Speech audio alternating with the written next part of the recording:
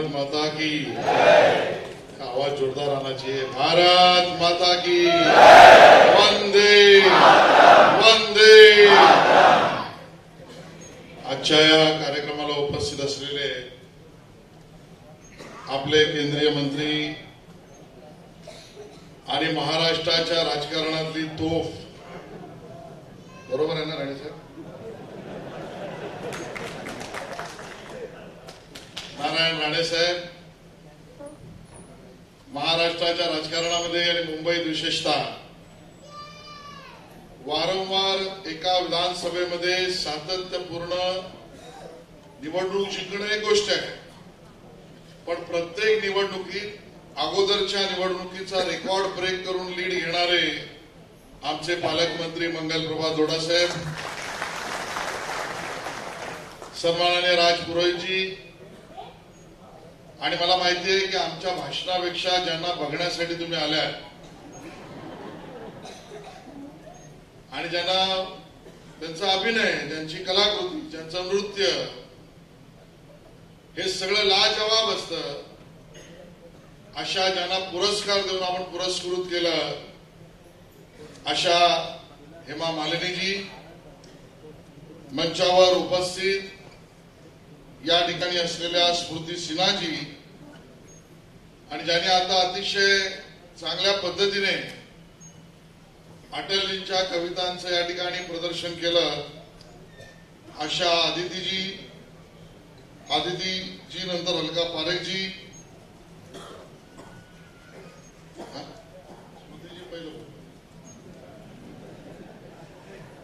आणि उपस्थित बंधू भगिनी. आता लोढाजींनी माझी एवढी तारीफ केल्यावर मला थोडं बोललंच पाहिजे. कार्यक्रमाचे आयोजक अमरजीत मिश्राजी, खऱ्या अर्थाने अटलजींचा नावाने पुरस्कार, आणि तोही मुंबईमध्ये सातत्याने जर कोणी करत असेल तर दीप कमल फाउंडेशन आणि अमरजीत मिश्रा हे करतायत. त्यांच्याबद्दल मी सगळ्यात पहिले त्यांचं अभिनंदन करतो. एक कार्यकर्ता एक संस्था निर्माण केल्यानंतर ती संस्था समाजाचा विचार करेल. समाजाचा विचार करताना त्या ठिकाणी आपले राजनैतिक मूल्य ही जपली गेली पाहिजे, त्याचा प्रयत्नही करेल. त्या सगळ्यासाठी सगळ्या व्यवस्था उभा करेल, आणि हे सगळं करताना दिल्ली ते गल्ली या सर्व पद्धतीच्या कार्यकर्त्यांना बरोबर एकत्रित चालून घेईल. त्या कार्यकर्त्याचं नाव अमरजीत मिश्रा आहे, आणि त्यामुळे अमरजीतजींचं मी अभिनंदन करतो.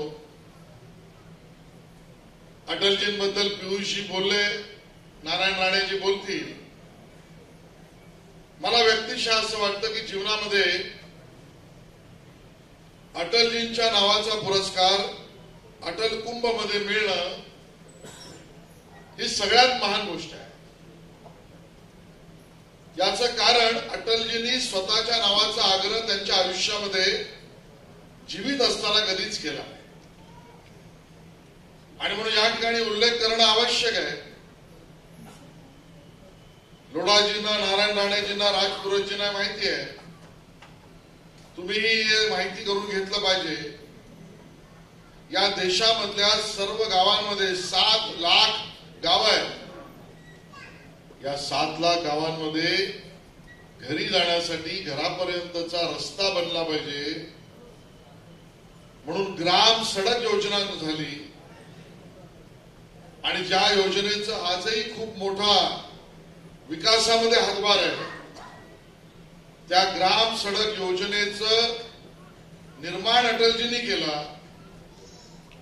आणि ज्या वेळेला एवढी मोठी योजना देशातील गावांना रस्त्याने जोडणं, त्यासाठी लागणारा निधी मोठा, एवढ्या मोठ्या योजनेला ज्या वेळेला ती फाईल बनली, तर ज्या विभागात ही फाईल बनवून ती पुढे गेली, ते मंजुरी करत एक एक टप्पा वाटत गेली, त्यावेळेला अधिकाऱ्यांना असं वाटलं की योजना देशात सगळ्यात मोठी योजना होईल. आणि आजपर्यंतच्या राजकारणात भारताच्या इतिहासामध्ये राणेसाहेब एका कुटुंबाने देशातील महत्वाची कुठली योजना आली तर कधी स्वतःच्या नावावर, कधी स्वतःच्या आईच्या नावावर, कधी स्वतःच्या आजोबांच्या नावावर त्या योजना केल्या. म्हणून अधिकाऱ्यांना वाटलं की ही योजना मोठी आहे, या योजनेलाही आपण अटल बिहारी ग्राम सडक योजना असं नाव देऊ. फाईल तशी बनली, फाईल मंजूर होऊन प्रधानमंत्र्यांकडे अंतिम मंजुरीला गेली. प्रधानमंत्री अटल बिहारी वाजपेयी यांनी ती फाईल पूर्ण वाचली. त्यांना आनंद वाटला की गावातल्या माझ्या गरीब माणसाला त्याच्या घरापर्यंत जाणारा रस्ता मिळणार आहे. सर्व फाईल वाचल्यावर फक्त सही करण्याआधी त्यांनी एकाच गोष्टीवर काट मारली. ती काट त्यांनी स्वतःच्या नावावर मारली आणि अटल बिहारी ग्राम सडक योजनेतल्या अटल बिहारी नावावर काट मारून प्रधानमंत्री ग्राम सड़क योजना असं नाव दिया. और इसके लिए हेमा जी, जिन्होंने जीवन में अपने नाम का आग्रह कभी नहीं रखा और खुद के नाम से कुछ होना चाहिए इसकी मनोकामना भी नहीं की, ऐसे व्यक्ति के नाम का अवार्ड आज हेमा जी आपको मिल रहा है. आप सौभाग्यशाली है. अभिनंदन. अटलजी हे प्रत्येक भारतीयाला भावण्यासाठी वेगवेगळ्या रूपामध्ये दिसले. कधी ते लेखक म्हणून दिसले, ते पत्रकार म्हणून दिसले, कधी कवी म्हणून दिसले, कधी समीक्षक म्हणून दिसले, कधी वक्ता म्हणून दिसले, कधी खवय्या म्हणून दिसले, कधी हजर जबाबी म्हणून दिसले. आणि त्यामुळे अटलजींचं रूप आपल्याला आवडेल अशी असंख्य रूप आहे. त्या प्रत्येकावर वेगळं बोलता येईल, पण सगळ्यात जास्त मला अटलजी भावले याचं कारण अटलजी देशातले पहिले असे प्रधानमंत्री होते जे खऱ्या अर्थाने मुंबईकर होते. ते मुंबईकर होते म्हणून मला भावले, तुम्हालाही भावतील. राणेसाहेबांचं कारण असं आहे, मोदी साहेबांच्या अगोदर भारतीय जनता पक्षाचे झालेले प्रधानमंत्री हे अटलजी होते. ते मुंबईकर होते, मुंबईवर प्रेम करणारे होते. मी यासाठी म्हणतो, याचं कारण मुंबई म्हणजे मुंबईतला गणेशोत्सव, मुंबईतला गणपती उत्सव. अटलजींच्या अगोदर एकही प्रधानमंत्री या देशात असा झाला नाही की जो आमच्या किरण गावातल्या असलेल्या रंगारी बदक चाळीत जाऊन गणरायाचं दर्शन घेईल. हा पहिला प्रधानमंत्री अटलजींचा. आणि त्यामुळे ते मुंबईकर होते म्हणून गणरायाचे पूजक होते. या ठिकाणी आदिती सारंगरजी आहे. आदितीजी, आपण लक्षात घेतलं पाहिजे की मुंबई म्हणजे मराठी नाटक, मराठी नाट्यसृष्टी. आणि अटलजींच्या अगोदर या देशातला एकही प्रधानमंत्री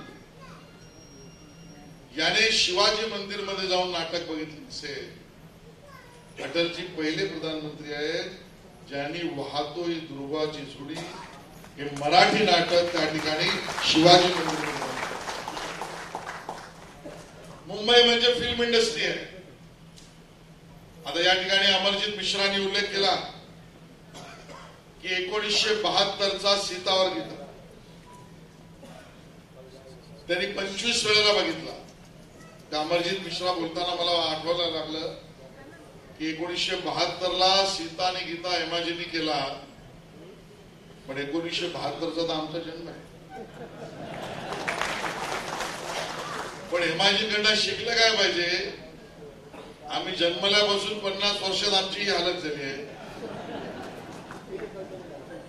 पण हेमाजी अजूनही आपल्या सगळ्यांसमोर एका युवती सारख्या समोर उभ्या आहेत, हे सगळ्यात त्या ठिकाणी. आणि म्हणून या ठिकाणी मुंबईतला सिनेमा याचंही अटलजींचं नातं आहे.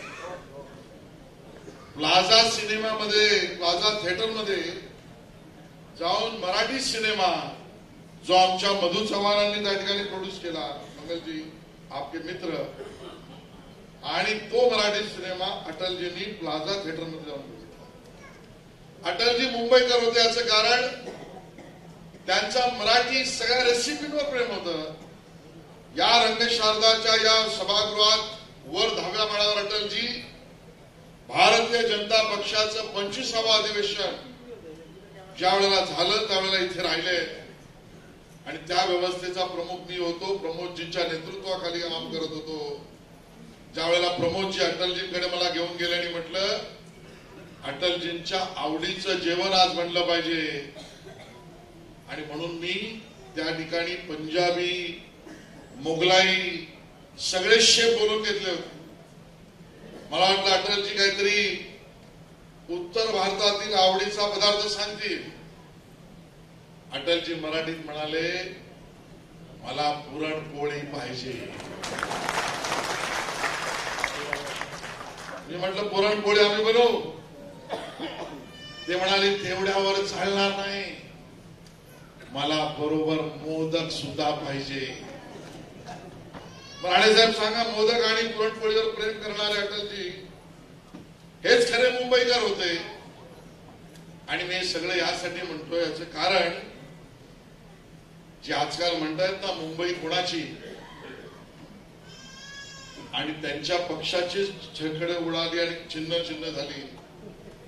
आज अग्रलेखामध्ये सामन्यामध्ये लिहिलंय त्यांनी काय लिहिलंय मंबाजी तुंबाजी आमच्यावर टीका करताना. त्यांना हे कळलंच नाही की त्यांना आयुष्यामध्ये उद्धवजी तुम्ही लक्षात घेतलं पाहिजे मुंबईवर प्रेम करणाऱ्या अटलजींनी मुंबईवर इतकं प्रेम केलं की तुम्हाला गल्लीत कोणी विचारत नव्हतं त्या पक्षाला दिल्लीतल्या त्या ठिकाणच्या लोकसभेचा अध्यक्षपद सुद्धा अटलजींनी दिलं. हे सुद्धा अटलजींनी मुंबईवर केलं आणि म्हणून उद्धवजींना याची माहिती नाही. मुंबई कोणाची तर मुंबई अटलजींची, मुंबई भारतीय जनता पक्षाची, मुंबई नारायण राणेजींची, मुंबई देवेंद्रजींची, मुंबई नरेंद्र मोदीजींची. आणि मग आम्हाला मंबाजी आणि अंबाजी म्हणणार असाल तर मी तुम्हाला आबुराव बाबुराव म्हटल्यावर लाज वाटते. त्याचं कारण आहे तमाशामध्ये दोन व्यक्ती असतात फड असतो. एक असतो आबुराव दुसरा असतो बाबुराव. दोघे असतात फेकाडे दोघेही असतात सोंगाडे. पण तमाशा तरी बरा त्यात दोन लोक असतात. उद्धवजींच्या पक्षामध्ये फेकाडे आणि सोंगाड्याचं आबुराव आणि बाबुराव म्हणून दोन्ही व्यक्तीचं काम करणारा व्यक्ती एकच आहे. तो सकाळी 9 वाजता त्या ठिकाणी टीव्हीवर येतो आणि आम्ही तर त्याला नाव ठेवलंय पत्रकार पोपटलाल. आणि मग ते आमच्यावर टीका करतायत मुंबई कोणाची. मुंबईला विकास देणाऱ्या पक्षाची. मुंबई भारताबरोबर मुंबईच्या विकासाचं स्वप्न पूर्ण करणाऱ्यांची आहे. आणि अटल कुंभ मुंबईत होतोय. मुंबई भारतीय जनता पक्षाची आहे. अटलजींच्या आशीर्वादाने मुंबईकरांवर प्रेम करणाऱ्या लोकांची आहे. आज या ठिकाणी या सगळ्या गोष्टी मांडताना अटलजींची आठवण करावी तेवढी कमी आहे. अटलजींचा हजरजबाबीपणा मी वारंवार सांगितला. एकाध व्यक्ति के पास इतना हजरजबाबीपणा हो सकता है मैंने नहीं देखा.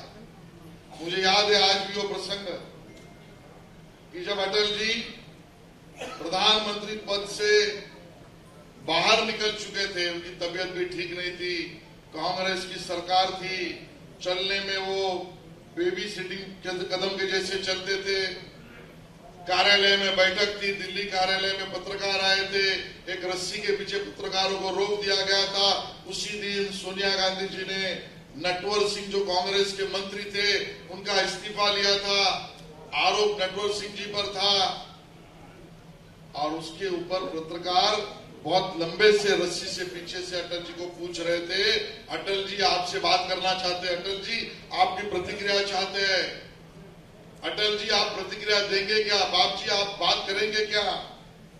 अटल जी मुस्कुराते हुए कदम कदम अपनी गाड़ी की तरफ बढ़ रहे थे और एक पत्रकार रह ही नहीं गया. उसको लगा पत्रकार को कि अब अटल जी प्रतिक्रिया ही नहीं देंगे, तो उसने लंबे से चिल्ला के कहा, अटल जी, आपको नहीं लगता नटवर सिंह को बलि का बकरा बना दिया है? अटल जी, आपको नहीं लगता नटवर सिंह जी को बलि का बकरा बना दिया है? अटल जी को जवाब टालना था तो अटल जी हजार जवाबी में कहते हैं, मैं तो शाकाहारी हूं। ये अटल जी है। और उस अटल जी को याद करने के लिए हम सब लोग यहाँ पर इकट्ठा हुए। अमरजीत जी ने मौका दिया, बहुत बहुत धन्यवाद। जय हिंद, जय महाराष्ट्र। एबीपी माझा, उघडा डोळे बघा नीट।